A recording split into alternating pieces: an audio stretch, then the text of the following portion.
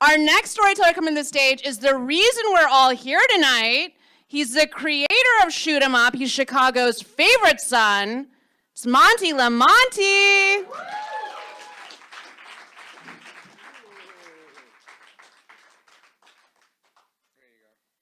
Oh, thank you, Monte. Thank you for knowing your place. Tara Mealy. Yeah, give it up for Monte. Thank you. Hello, everybody. Thanks for coming. I have a sweat rag because, like Glenn, I get a little nervous myself, but I take a sweat rag with me everywhere I go. Hey, that's what you got to do sometimes. All right. Anyway, so growing up, I never had a grandparent. Or actually, I never met my grandparents. I do, though, it's funny, I do have a fond memory of when I was a kid. I remember I used to have this like vivid like thing that would just pop back in my head of like an old lady holding me when I was a baby, and it really felt something special, and I never knew what that was. And then later in life, my mom was like, "That was you did meet one of your grandparents. You met your great grandma, but she died when you were like you met her when you were 3 months old. There's no way you can remember that." But I totally remember that. But she, but the rest died, and she died before I got older. I don't know why I just said that, but I did. But anyway, so I never had grandparents. And I was an only child, so I was super lonely. So, like, I never had anyone to talk to. When I felt like I needed someone to talk to, there was no one there for me. And I saw my friends that had grandparents, and their grandparents seemed more like a friend than a family member. And, like, at home, like, even my family members, I couldn't talk to them. Like, my mother... she would work all day. She worked at a factory. When she came home, she just wanted to relax and get ready for the next day of work. And my father, he was very up and down, and he was kind of scary. And he was one of those guys who showed his love and affection through violence and hitting. And I got a lot of love as a child. So I really had no one to go to, and because I was a bit of a bully, I was like supposed to be like a gruff kid, and I couldn't talk to my friends and open up and be vulnerable about things that I need, especially with my dad, like when my dad would hit me and whatnot. But my one friend, Lance, had a grandfather, and I just remember like it seemed so cool. He had a grandfather. We called him George, and they said that was Polish for grandpa.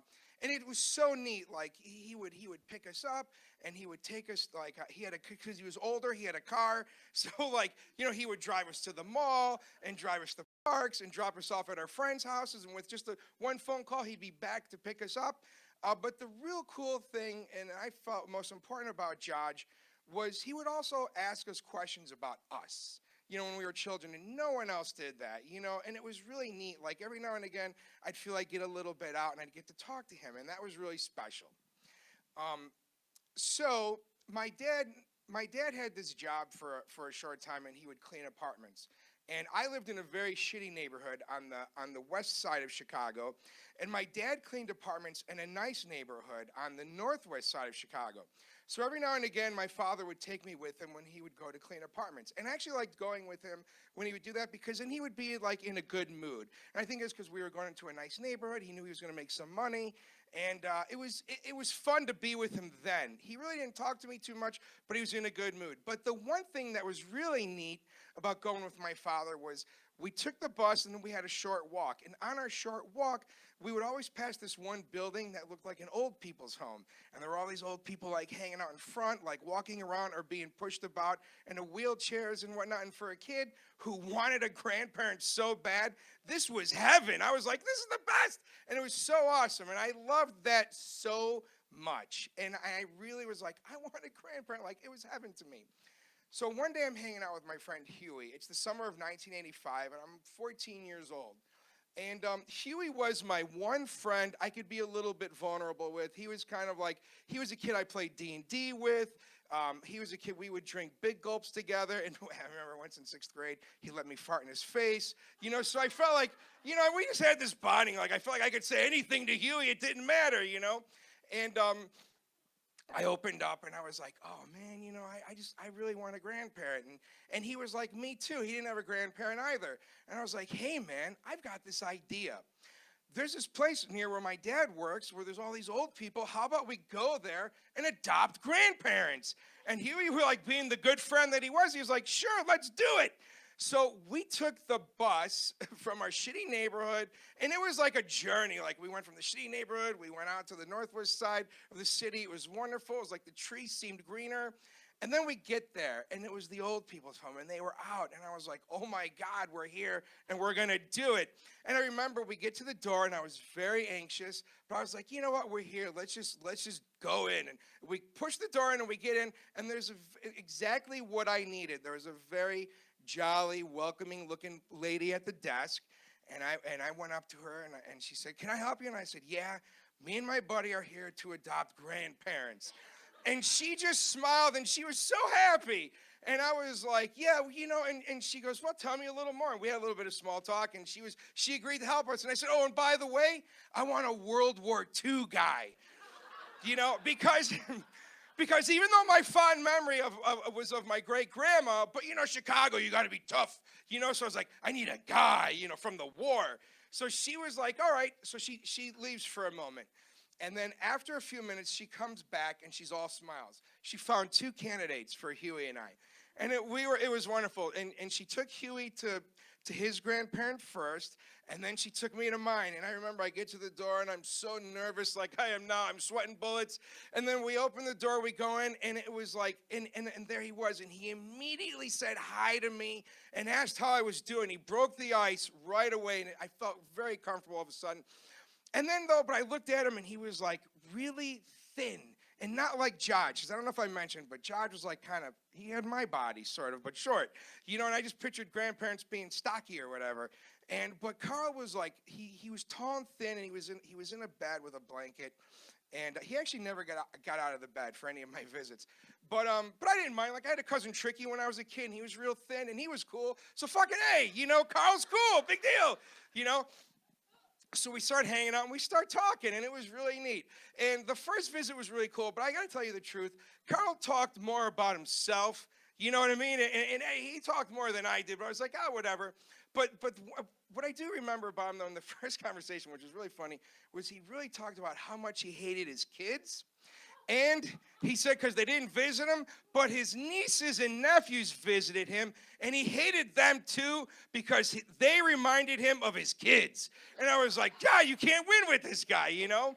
But he liked me, you know? So my second visit, my mom actually worked for a factory called Charles Levy, and they did magazine distribution. So I had like comic books and magazines and all this shit when I was a kid. So my second visit, I brought Carl some comic books and whatnot, and he was really cool, and we had more fun. He started talking about the war, which I was like, I thought I would be excited about, but I really wasn't, because I was like, you know, I don't really know anything about World War II. I just know Pearl Harbor, and I don't even care.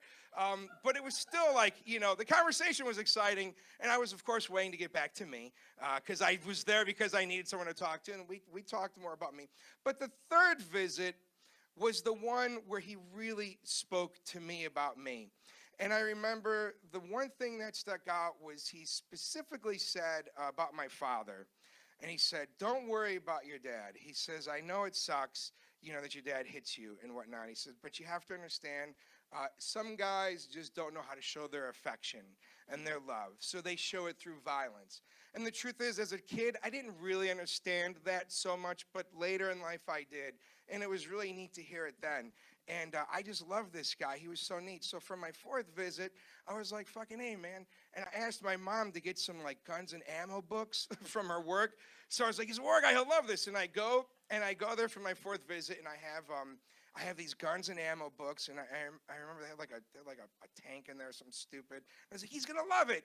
And when I get there, and at this point, because the second or third time, I would just walk in, and the lady would smile at me, and I'd walk to Carl's room. The fourth visit I come, she stops me. And there was no easy way for her to say this, but she stops me and she goes, I'm sorry, young man, Carl passed. And I was like, huh? What? And she goes, it's a hospice. Things like that happen here. I didn't know what a hospice was. I had no fucking idea, you know.